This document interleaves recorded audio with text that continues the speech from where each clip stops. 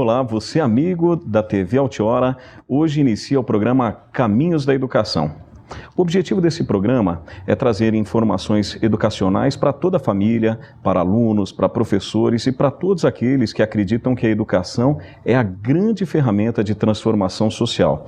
Nesse sentido, o Caminhos da Educação, ele se propõe a trazer convidados, amigos da área educacional, pessoas ligadas a oportunidades educacionais existentes, autores de livros e pessoas ligadas a processos educacionais para justamente auxiliar você, aluno, você, professor e principalmente toda a família em relação ao cenário educacional e principalmente às oportunidades existentes.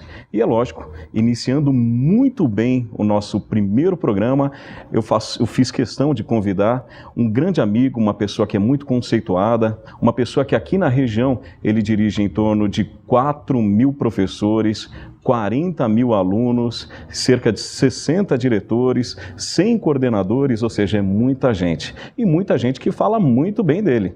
Sem dúvida nenhuma, uma grande autoridade, pois ele, além de ser professor, um professor em história, é pedagogo, psicólogo, uma pessoa que já atuou em todas as áreas da educação, sem dúvida nenhuma tem um olhar muito humanista, afinal de contas também trabalhou na APAE, e hoje ele é o dirigente regional de ensino, o nosso grande amigo, parceiro, uma pessoa que sem dúvida nenhuma é muito ligada aos processos educacionais, professor Salim Andraus Júnior. É muito bom te receber aqui no Caminhos da Educação. Eu que estou muito agradecido pelo convite e por estar compartilhando com você desse primeiro programa e fico muito feliz de que a educação é uma prioridade que eu sei sempre constante na sua trajetória e eu sempre acredito que a educação ela é uma forma de trabalho muito instigante e muito importante, né, Rodrigo?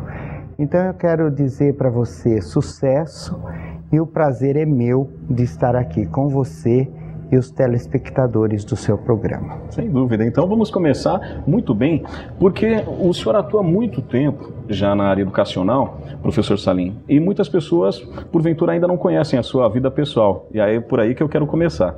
Então, por favor, como iniciou a sua profissão como educador, né? Onde que surgiu essa oportunidade de lecionar e, principalmente, né, onde o senhor se encontrou como educador?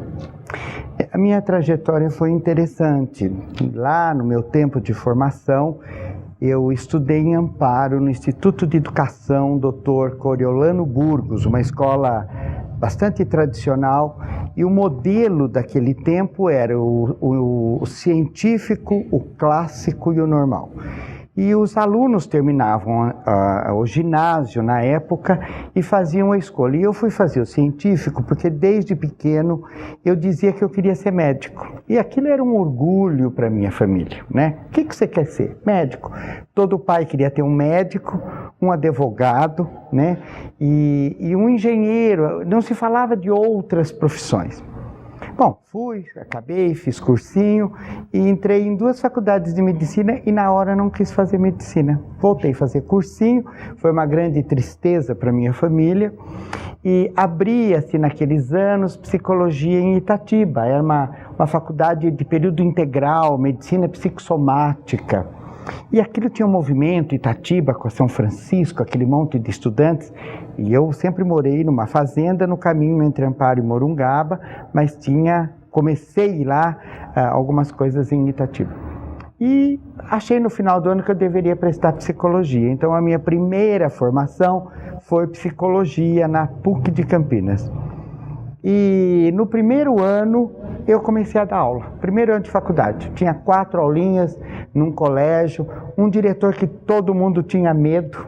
E essas aulas ficaram lá sobrando e eu fui falar com o diretor e ele me disse assim, vá até Jundiaí e se o delegado de ensino te der as aulas são suas.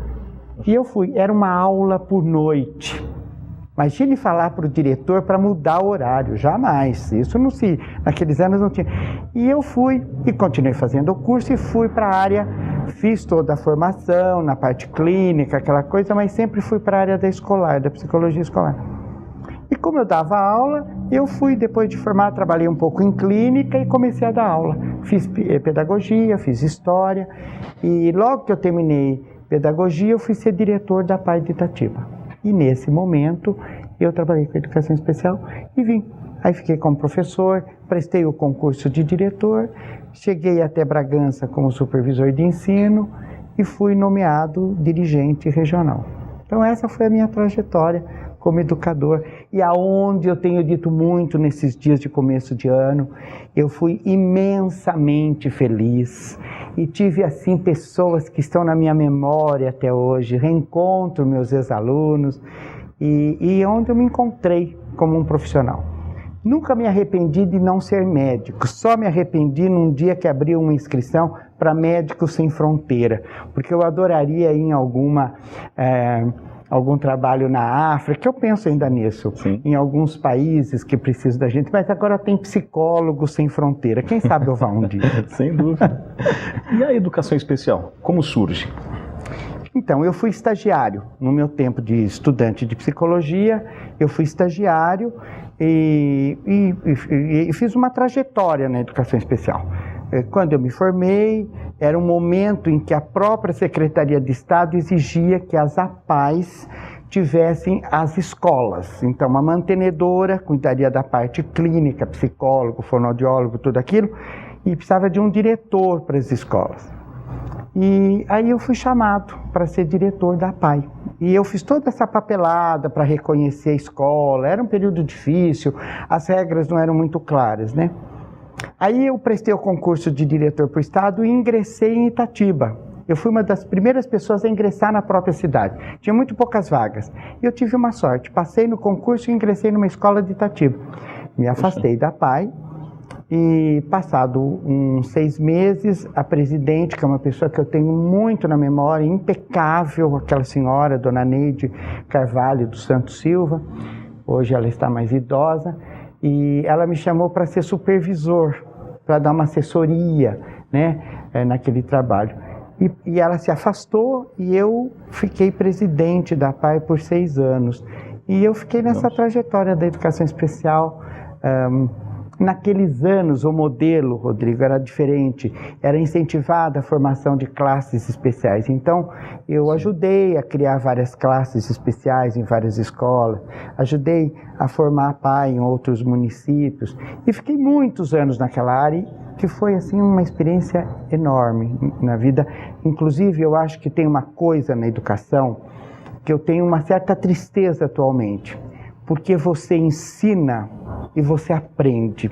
E eu senti que trabalhar com as crianças especiais me fez melhorar como ser humano, né? Porque cada conquista daquela criança, é difícil em alguns casos, era uma conquista nossa, profissional, era uma conquista da família, né? Muito bacana, E quando eu fui para uma escola de periferia, eu levei essa experiência e também fui muito feliz, porque naquela escola a gente tinha que ter um olhar diferenciado para aquelas crianças, né? E por lá eu fiquei durante 12 anos, nunca quis me remover, e eu acho que isso me trouxe uma alegria. A gente cobra, mas a gente tem sempre uma alegria nessa questão de estar na escola, de estar com as pessoas, de ser educador. Eu vou me prolongar um pouquinho só para dizer o seguinte: eu sou católico, mas ouvi outro dia, numa entrevista, uma pessoa budista dizendo do prazer da mestre que ela teve, né?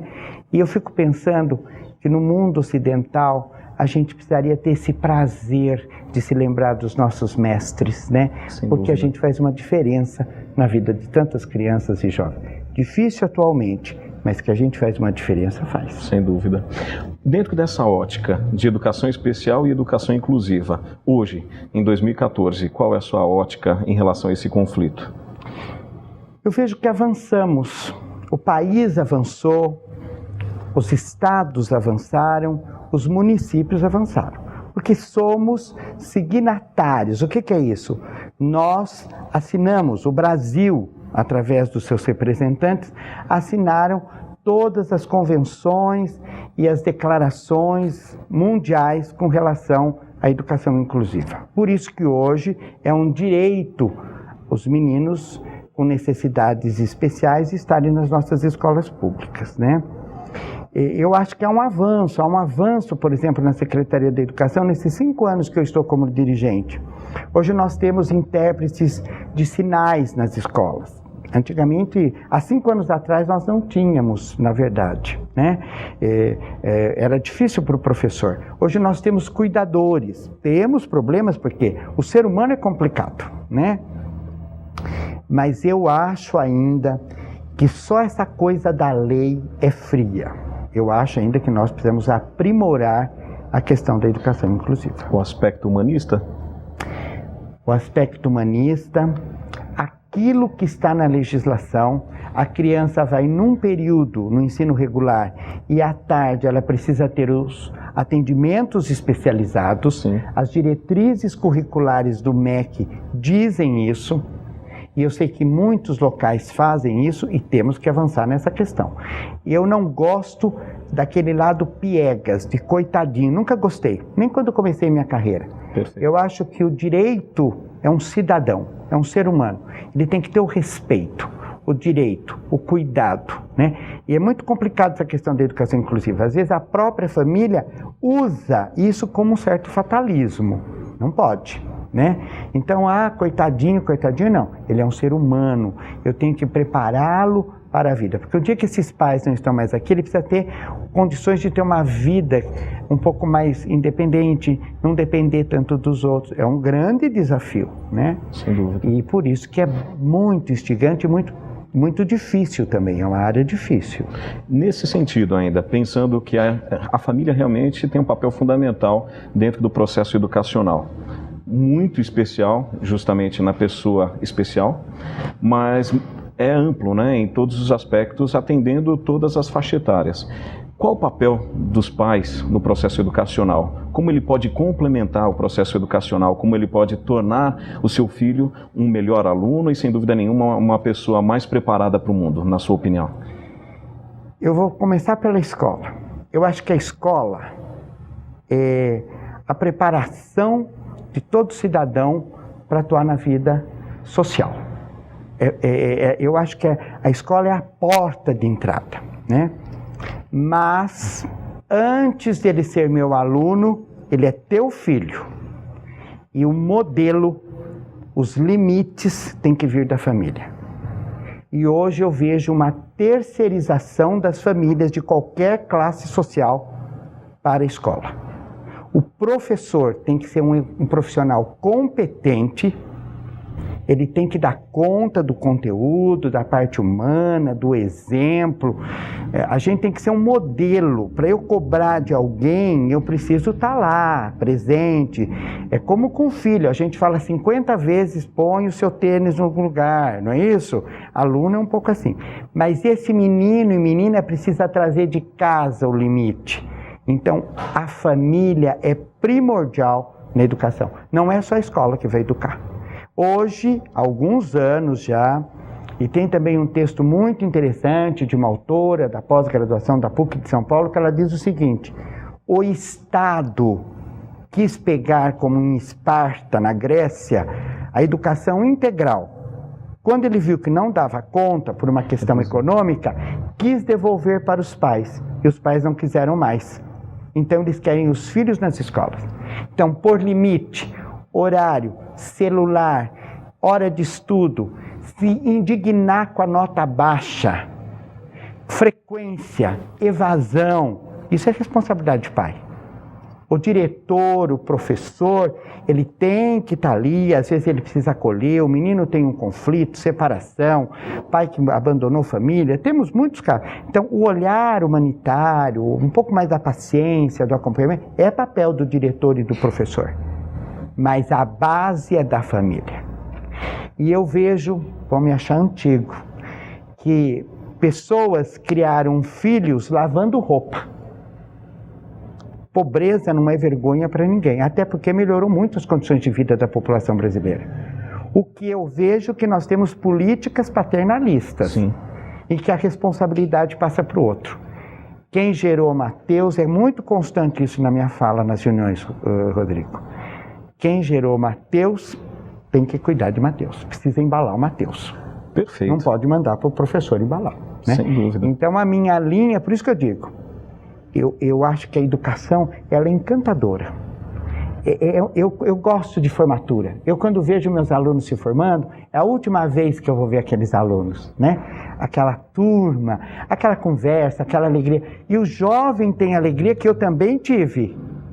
Eu também dei risada mais alta do que eu dou hoje. Eu fui mais irreverente, né? Eu preciso me adequar. Agora, o menino não pode falar palavrão, maltratar professor. Muita calma. Nem o professor, também o aluno. Sem dúvida. Tenho certeza que você que está nos acompanhando deve estar gostando muito da entrevista do professor Salim, nosso primeiro programa, Caminhos da Educação, e nós faremos uma pequena pausa e retornamos daqui a pouquinho com mais Caminho da Educação com o professor Salim.